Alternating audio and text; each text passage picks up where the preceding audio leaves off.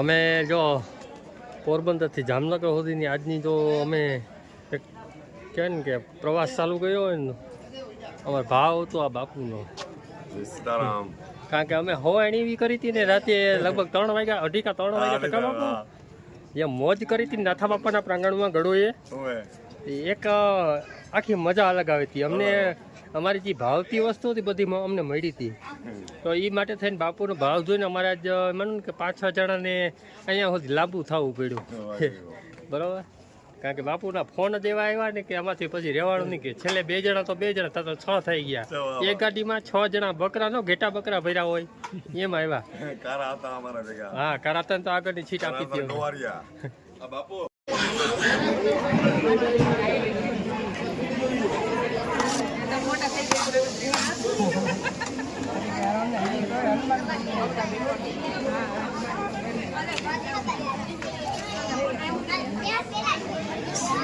दाल तो भरेली है। हाँ भाई दाल दाल क्या करते हैं? ना ना बोला कि नहीं यार रोटी आवाज है रोटी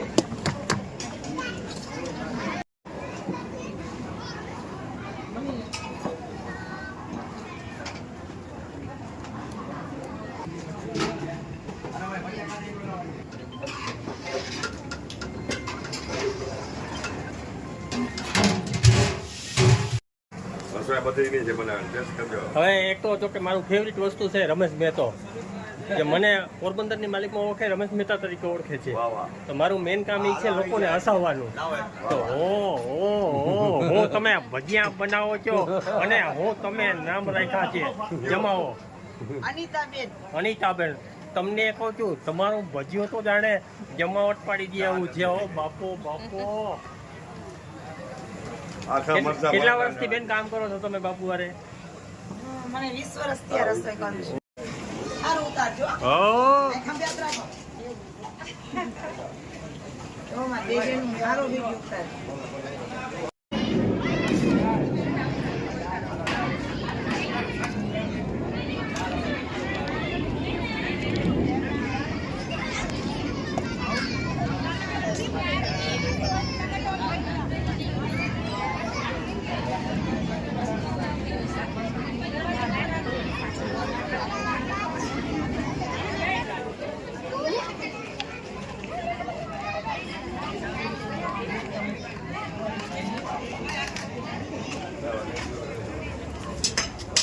મારી કેમ લાડવા બને છે? મજા આવે છે ને? આમ જો આ મારી એટલા ભાવથી લાડવા બનાવે પ્રસાદ કોણ નો ગાય.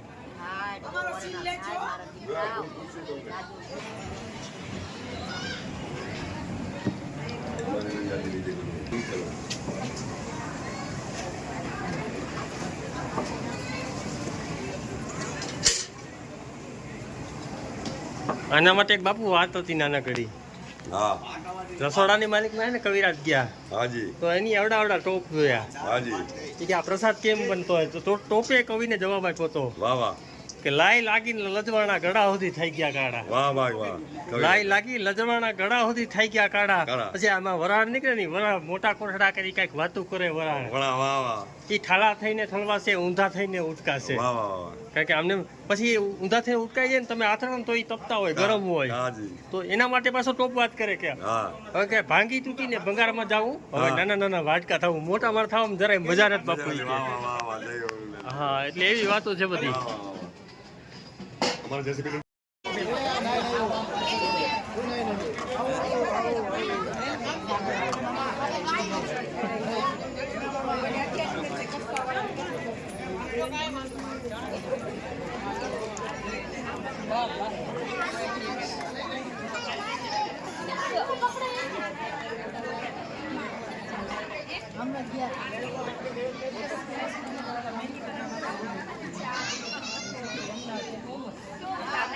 इनके दादू इसको तो मानते नहीं है.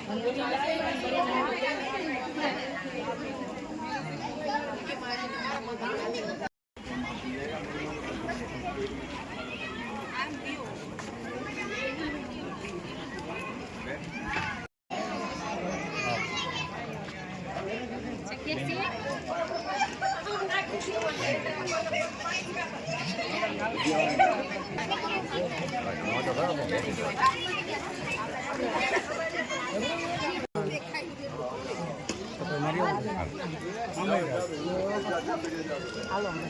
ભાઈ જો આપણા યુટ્યુબ વાળા છે હો, આપણા યુટ્યુબ વાળા છે અને આ બધાને જો તમારી યાદી રાખવાની એ બોલાય હશે, તમારા બધા યાદ રહી જાય.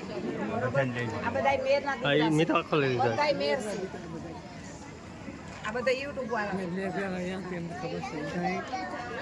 છે. એનો વિડીયો હોય છે. શાબાશ, વાહ મરદનું ફાડ્યું. ઓ તારી મૂછો એમ લાગે કે મારા જેવી. અમારે ભાઈ શ્રી મારું કલેજ જેવું જબરું ફોકસ કરે છે. માં છે, હા અવધ બાપુના મમ્મી, હા ગુરુ મમ્મા છે. હા થડાવાળી કરતા ઘરના ફરાવાળી રાજી હોય ને તો મંદિરે જવાની જરૂર નથી. હા મોટે બોલું માં પછી હાથે નનપણ સાંભળે મલ કાકાની મજા કડવી લાગે કાગડા.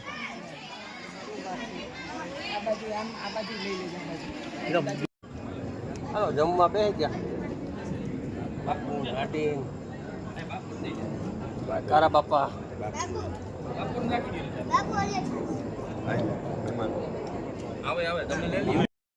જો જમીને પછી સીધા બેસી ગયા ભજનની સંતવાણીમાં. ને આ જોતા અને લેર્યું કેવી આવે ધબધબાટી બોલે. મનહરદાને પણ ભજનમાં એવી જમાવટ કરી હતી ને તો ભાઈ એની વાત જવા દો. આવી જમાવટ મનહરદાની કરી હતી ભજનમાં. ગઢવીનો દીકરો ગમે તો ગાવે એટલે એમ કંઈ બાકી ન હોય, આવે ધબધબાટી બોલાવી હતી એટલે એની વાતો પૂરી હવે ધબધબાટી. કાગડા કોઈ દી કાઢે આવે નહીં, ચકલા જુથાઈ જાય. આ દુનિયાની રીતને જુઓ સમજી ન શકાય. જ્યાં જેની જરૂર તેને ત્યાંનું તો જાય. એક બાકા ઘર બાળે કાયમ ઘરમાં ખાય. કારણ કે અમે ગૌશાળા અમે એકવાર ગીત કરી લીધું રાણામાં આવે ને અમારે ગૌશાળા. કારણ કે આ ખોડીઓ અમે બહેનનું હોય સાહેબ, મરવું તોય મા માટે, જીવવું તોય મા માટે. હમણાં હોટભાઈ મને ભાવ ગયો ને અમારે ભાણે જ કહેવાય. કારણ કે ચારણ ને બેર કોઈ દી અમારે આડું ઓડું તો થાય જ નહીં. કીર્તિદાસભાઈ તો જાહેરમાં કહીએ કારણ કે અમે પોરબંદર ના બેર મરીએ તો પાછા ન પડીએ. મા માટે ભારત માટે. હા એટલે મા માટે એક મેં પેલી લાઈન લખી દુહાની કે અપાર આશીષ આપ જેવું ઓઢણું માં, અપાર આશીષ આપ જેવું ઓઢણું માં અઢારે વર્ણની આય. જય હો મારી મોજડા વાળી ફોનભાઈ. હા અને